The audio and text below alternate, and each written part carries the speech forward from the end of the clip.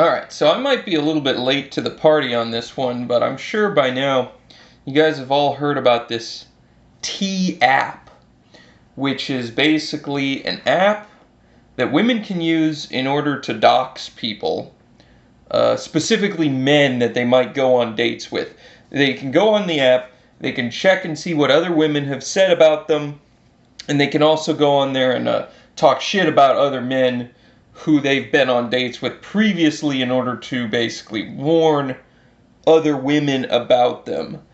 Now, in theory, this is a, idea that is meant for the safety of women and to prevent them from basically going on dates with any creepy dudes or whatever.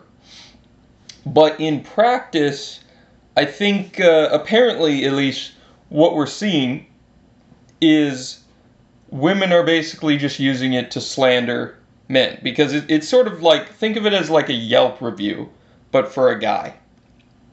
The thing about a Yelp review is that nobody goes on Yelp or the Google reviews thing when they're happy. The overwhelming majority of the time when you're going to leave a review about something, it's probably because you're pissed and you want to shit on whoever made the product. If you buy something from a store and you had a bad customer service experience, you want to go on to Yelp or whatever and leave them a bad review because you're hoping that it will hurt their business because you think they're bad, which in many cases that might be justified.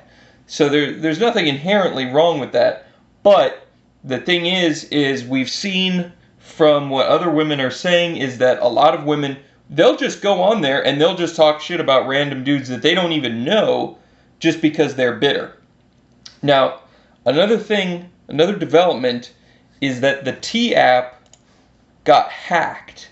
In fact, it got hacked twice, but the first time it got hacked, they dumped a whole bunch of the female user data that was stored on the site from the users, the women who use the site.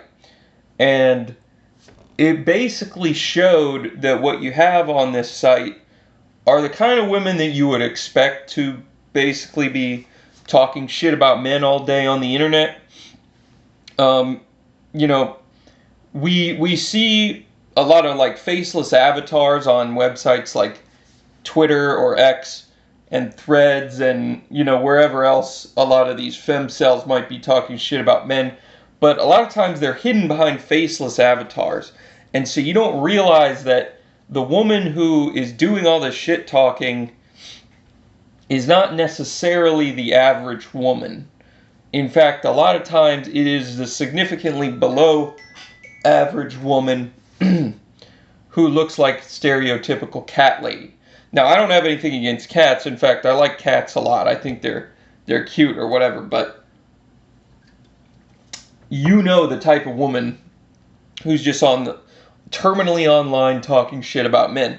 And see, I have this theory that, it's maybe even not even a theory because it's just so obvious at this point, but the kind of woman who's always online, like an incel, is basically just the female version of what we call incels, except they don't get punished for it because it's sort of like a double standard.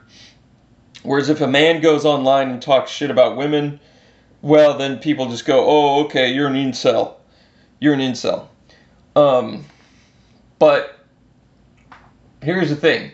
So this T app, it's been used to dox men, to potentially talk shit about men in ways that, they didn't even have anything to do with the guy. Apparently women will just go on there and talk shit about men that they don't even know just because they're angry. I don't know. But it's leading a lot of men to be paranoid about the dating scene and think, if you've ever had a less than positive experience with a woman, there's a distinct possibility that if she just hates your guts, she might just go on there and talk shit about you. It's kind of unfortunate. And one thing that was pointed out to me by some Reddit user was saying this, is that, 90% of HR panels these days are women. So that means, like, damn well that these HR panels who are hiring people, they're going to go onto this app and they're going to check, oh, let's see if this guy's like a creeper or whatever. And they're probably just going to believe whatever they read on there. And that's pretty unfortunate, because now no longer can this kind of stuff just impact your dating life, but it could potentially impact your ability to get a job. And so at this point, I'm just like, what is the deal?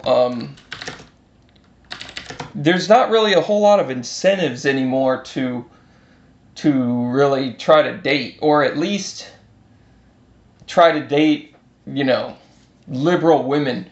I kind of have this theory that, like, I consider myself a leftist, but like, it kind of feels a little bit dangerous to date leftist women, because you don't know what they're gonna do these days. There's a lot of crazy false accusers. I mean, maybe I could be wrong, and a lot of people saying, oh, if you're innocent, then you have nothing to be worried about. And, well, see, that kind of logic is dangerous, because that's like saying to black people that, like, oh, if you're innocent, then you don't have to worry about the cops. If you do everything right, you don't have to worry about them. When we all know that a lot of times cops will incorrectly racially profile them, and they will potentially receive lethal consequences just because a cop got confused and decided to get violent with them when they thought they were doing something wrong, but they weren't. So we're basically in a situation with this T app where a lot of men could potentially have their lives ruined over some bitter woman who doesn't like them for whatever reason. And it might not even be like a creepy reason that you think. I mean, the purpose of the app is so that way if some guy's like a predator or something, then he can get exposed and women cannot go on dates with him. But we all know that, and I'm not just saying this to be like bitter against women, but we all know that there's a potential for abuse there. Like, some, not all, but some women are genuinely batshit crazy, and they would go on there and just slander dudes.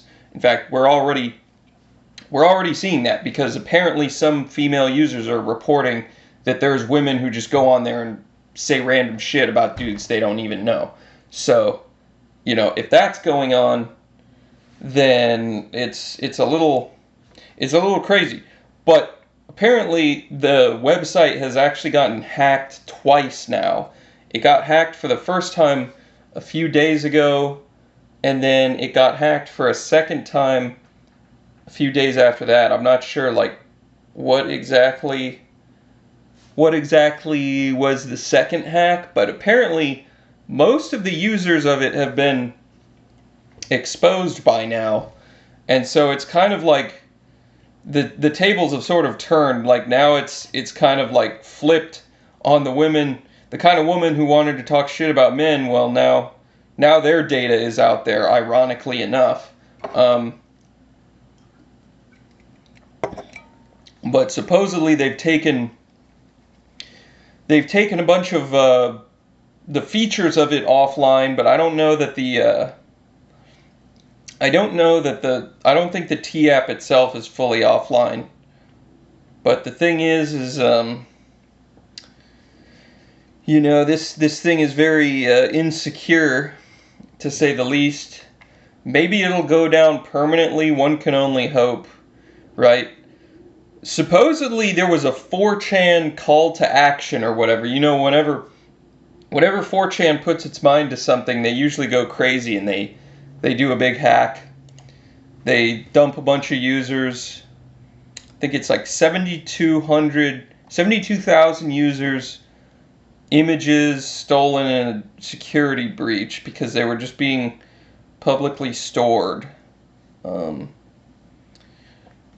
So yeah, that's crazy. I mean, you guys let me know. Am I Am I one of those dudes who are just being too alarmist about the situation?